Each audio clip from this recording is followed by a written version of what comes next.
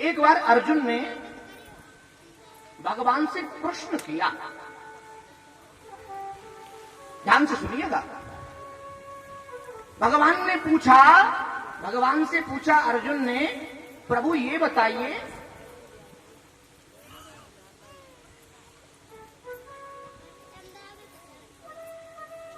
क्या राम के नाम से प्रभाव से, राम के नाम के लेने से जीव इस भव सिंधु से पार होकर अंत में क्या वैकुंठ को जाता है?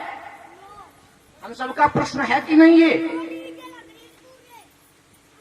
अर्जुन ने भगवान से पूछा। भगवान ने देखिए प्रत्युत्तर में क्या कहा। भगवान ने कहा, अर्जुन इस सामने वृक्ष दिखाई दे रहा है? हाँ दिखाई दे रहा है साहब। जाओ, इस पर एक घोंसला है, उस घोंसले में अभी अभी एक पक्षी ने अंडा दिया है। उस अंडे से जाकर के पूछो क्या राम के नाम के प्रभाव से जीव इस भवसिंधु से पार होकर अंत में क्या वैकुंठ को जाता है?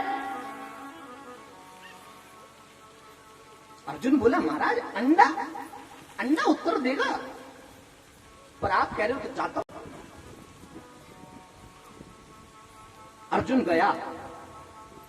अर्जुन ने जाकर के उस अंडे के पास खड़ा होकर के पूछा, मुझे पता है तू बता तो पाएगा नहीं, कुछ बोल तो पाएगा नहीं, किंतु भगवान की आज्ञा का पालन मुझे करना है। क्या राम के नाम के प्रभाव से जीव इस भवसिंधु से पार होकर अंत में वैकुंठ को जाता है?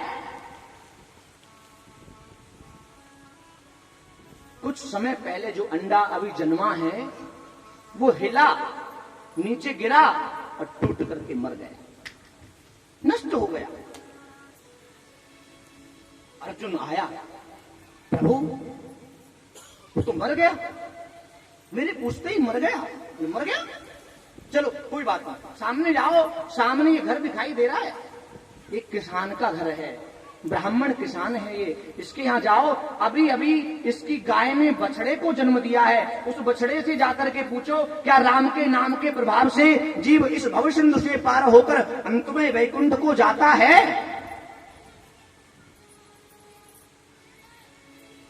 अर्जुन पहुंचा, उस बछड़े से बोला, मुझे पता है तू बता तो नहीं पाएगा, भगवान की आज्ञा का पालन कर रहा हूं, क्या राम के नाम के प्रभाव से जीव इस भवसिंधु से पार होकर अंत में वैकुंठ को जाता है? वो बछड़ा जो अभी कुछ समय पहले जन्मा है वो तड़पा, गिरा और मर गया। अब तो अर्जुन रोने लगा, वापस आया, प्रभु मुझमें जीव हत्या लगी, मुझे गौ हत्या लग गई, क्या कराना चाह रहे हो, मत बताओ, नहीं चाहिए प्रत्युत्तर। भगवान बोले, हार मान गया इतनी सी देर में?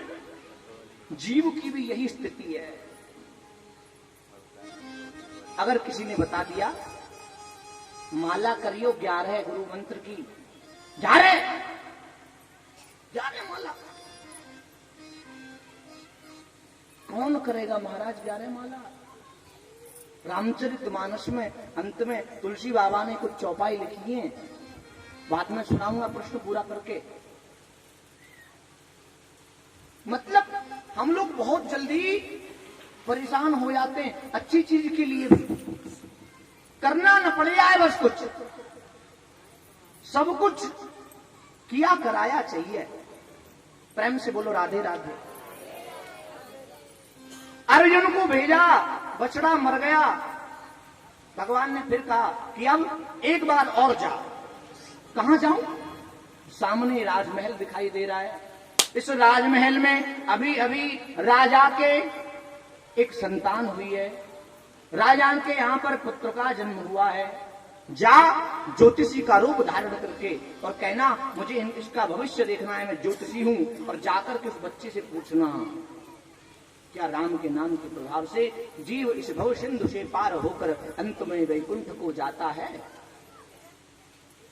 अर्जुन ने ज्योतिषी का रूप बनाया, पहुंच गया, डरते डरते सोचा पक्षी का बालक खत्म हुआ तो कोई बात नहीं, गाय का भी खत्म हुआ तो कोई बात नहीं, ये राजा का है, अगर ये खत्म हो गया तो मुझे नहीं छोड़ेगा, राजा मार डालेगा। पहुंचा, जाकर के कहा, मैं ज्योतिषी हूं, आपके यहाँ संतान हुई है, उसका भविष्य देखूंगा, आप सब बाहर आ जाइए। कमरे से बाहर कर दिए, गेट खुला छोड़ दिया। बोले भागना पड़ गया तो भाग तो भी जाऊंगा। बोलो राधे राधे। हे बालक, तूने अभी अभी जन्म लिया है, तू कुछ कह तो नहीं पाएगा, मैं जानता हूं, किंतु भगवान की आज्ञा का पालन कर रहा हूं। क्या राम के नाम के प्रभाव से जीव इस भव सिंधु से पार होकर क्या वैकुंठ को जाता है? और भागने लगा अर्जुन। इतना पूछते भागने लगा कि अब मरेगा ये। आश्चर्य हुआ। अभी अभी उस जन्मे बालक ने आवाज लगाई, हे अर्जुन। आश्चर्यचकित रह गया, मेरा नाम भी जानता है तू? वापस आया, अर्जुन इधर आओ, भाग कहां रहे हो? तुमने सत्य कहा है, राम के नाम के प्रभाव से जीव इस भव सिंधु से पार होकर अंत में वैकुंठ को जाता है। प्रमाण चाहिए कैसे जाता है, ये तो मैं भी जानता हूं, जाता है। बोले देखो, अनेक योनियों में भटकता हुआ मैं पक्षी की योनि में पहुंचा। अभी अभी संसार में आया ही था, किसी माया के बंधन में नहीं बंधा। तुमने आकर के मेरे कान में राम का नाम डाल दिया, डाला ना, मेरी मुक्ति हो गई। मैं उच्च योनि में आया, गायकी में, अभी अभी आया ही था, किसी माया के बंधन में नहीं बंधा।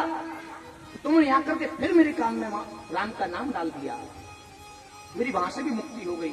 अब देख, मैं महान इस योनि में आया हूं, मनुष्य की योनि में, अब भी मैं जन्मा ही हूं, किसी माया का बंधन में नहीं बंधा। तूने आकर के फिर मेरे कान में राम का नाम डाल दिया, मैं सदैव वैकुंठ को जा रहा हूं। इसलिए राम के नाम के प्रभाव से जीव इस भव सिंधु से पार होकर अंत में वैकुंठ को जाता है।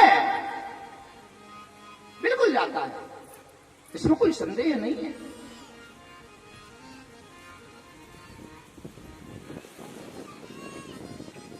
हमारी